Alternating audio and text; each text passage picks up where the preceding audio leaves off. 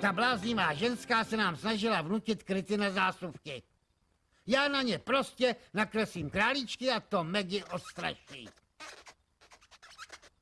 Nebojí se králíčků? Teď už bude. Fajn, mám za chvíli úžasný rande. No tak zkusku. Večeři s kamarádem. Večeřím sám. Budu se dívat na televizi. No tak dobře. Budu sedět doma a civit do katalogu ženského prádla. A slintat u toho. Nechceš být moje maminka? Už je váš, zlomte ho. Střep je talíře vzácného.